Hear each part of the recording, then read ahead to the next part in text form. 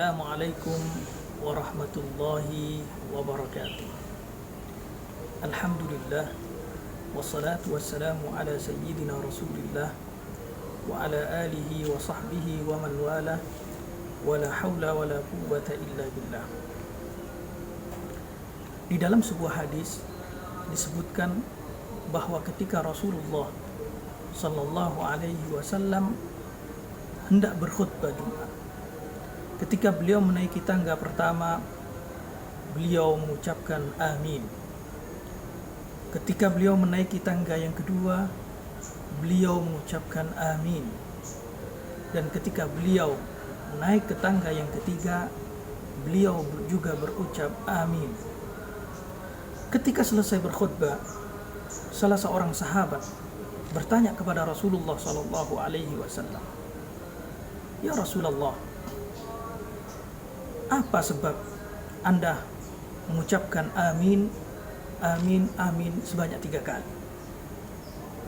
Rasulullah sallallahu alaihi wasallam menjawab bahwa ketika Rasulullah sallallahu alaihi wasallam naik ke atas mimbar di tangga pertama, malaikat Jibril alaihi salam berkata kepada beliau, "Wahai Muhammad, jikalau ada seseorang memasuki bulan Ramadan tapi dia tidak mendapatkan pengampunan dari Allah Subhanahu wa taala, lantas dia masuk neraka dan dijauhkan dari rahmat Allah, maka katakanlah amin wahai Muhammad." Nabi Muhammad sallallahu alaihi wasallam mengucapkan amin. Kemudian di tangga kedua, Jibril berkata, "Wahai Muhammad, jikalau seseorang memiliki kedua orang tua atau salah satunya, lantas dia tidak berbakti kepadanya sampai dia meninggal, lantas dia masuk neraka dan dijauhkan dari rahmat Allah, katakanlah amin." Maka Rasulullah sallallahu alaihi wasallam mengatakan amin.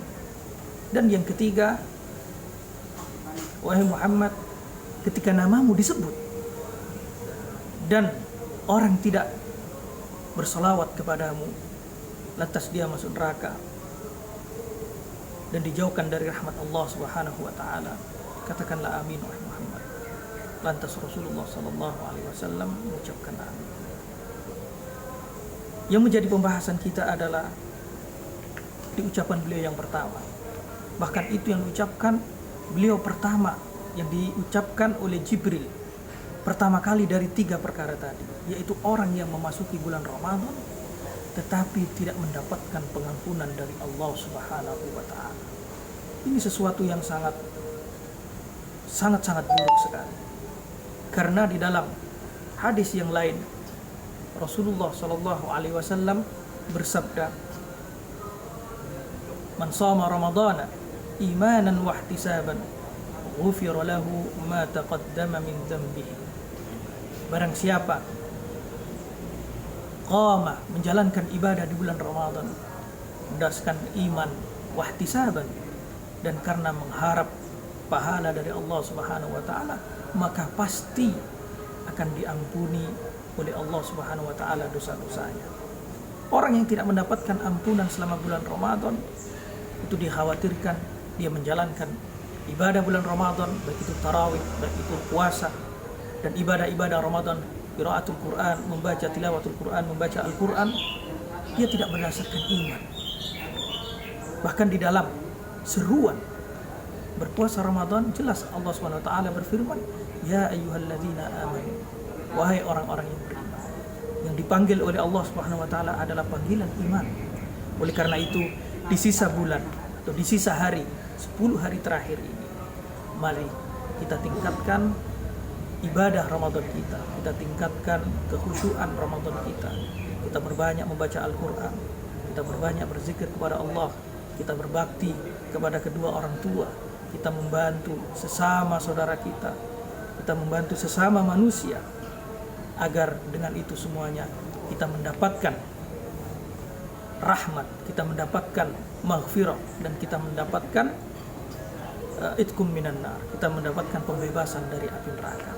Karena sebagaimana disebutkan di dalam sebuah hadis, Ramadan ini adalah awwaluhu rahmah, 10 hari pertama adalah rahmat, wa awsatuhu maghfirah, dan 10 hari kedua adalah maghfirah,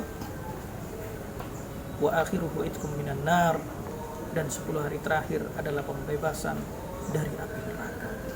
Oleh sebab itu, sekali lagi mari kita saling mengingatkan saudara-saudara kita, keluarga kita, mengajak untuk senantiasa memanfaatkan sisa 10 hari terakhir di bulan Ramadan ini dengan sebaik-baiknya, dengan harapan agar Allah Subhanahu wa taala mengampuni seluruh dosa kita, seluruh dosa keluarga kita, dan seluruh dosa umat Islam semuanya. Demikian, wassalamualaikum warahmatullahi wabarakatuh.